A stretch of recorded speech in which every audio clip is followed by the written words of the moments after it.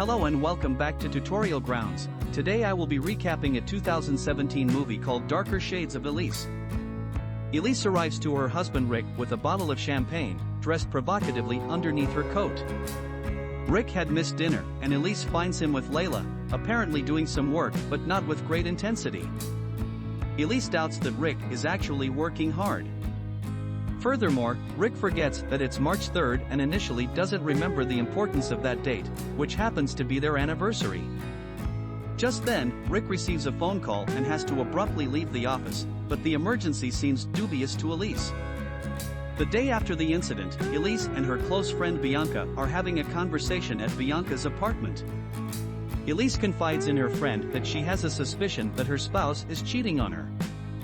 In response, Bianca proposes the idea of getting back at him by having sex with another man, but Elise is hesitant about the idea.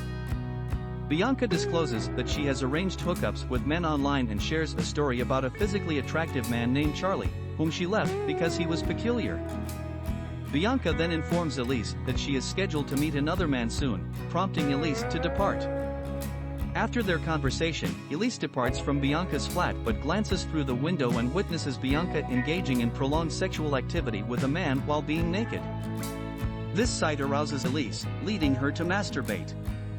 At a later time or on a different day, Elise visits her husband's office but he is not present. During her visit, she encounters a photographer who was informed that his assignment has been cancelled. Elise experiences a feeling of sadness and hopelessness. When her husband discovers her lying in bed, he leaves without saying anything. Elise takes some antidepressant medication to alleviate her distress. In another scene, Elise's husband, Rick, contacts her to inform her that he will be unable to make it home for dinner due to work commitments. The following day, Elise tails her husband as he departs for a breakfast meeting. She covertly observes him at a cafe, but he eventually departs, and it is unclear whether a meeting took place or not. While at the office, Elise encounters the photographer whom she had met before, but didn't initially recognize. They engage in conversation, and he eventually asks to take photographs of her. Elise consents to the request, and the photo shoot takes place at her residence, including her rooftop patio. During the photo shoot, the photographer, Felix, attempts to make Elise feel more comfortable. As they talk, Elise divulges that she arrived in London at the age of 16, worked as a model, and subsequently married her husband, who was a prosperous businessman several years her senior. Felix urges Elise to express her love for him, and also asks her to remove her dress, but she is too anxious to do so. "I want you to regain your confidence," Felix tells her. Elise declines, saying "I can't do this," and rushes to the bathroom. Once there, Felix slips a note with his name and phone number to her. At a later point in time, Felix sends a text to Elise requesting to meet. Elise is at home, while her husband, Tessa, and a colleague are holding a work meeting in the kitchen. Elise interrupts the discussion to ask her husband about their planned architectural renovations, but he is disinterested and asks Tessa to handle it. The work meeting concludes, leaving Elise alone in the house. Elise's husband admits that their relationship has suffered due to his long work hours, but promises to make changes. He then takes a shower.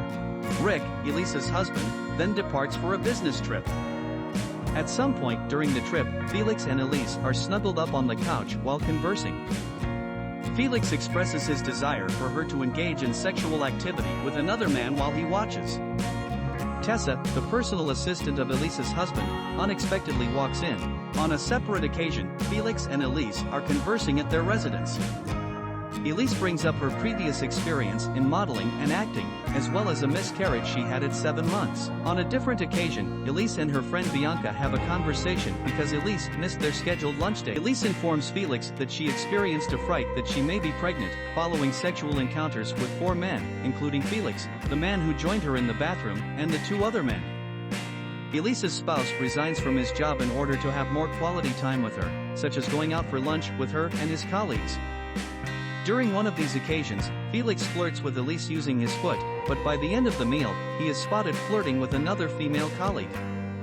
On another day, while Elise and her recently furloughed or retired husband are in bed, they hear a suspicious noise, perhaps from the postman. This is when their frightful ordeal begins. Elise discovers a video playing in their living room, which shows her engaging in sexual activity with two men. She attempts to locate the remote control, but ultimately has to unplug the screen.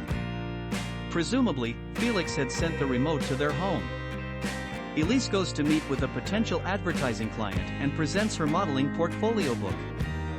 Upon examination, the client discovers that the photos within are not modeling pictures, but rather sexually explicit images of Elise that Felix had substituted.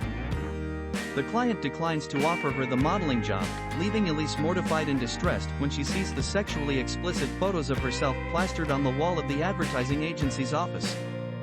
It appears that Felix had somehow managed to sneak in during Elise's interview and put up the pictures.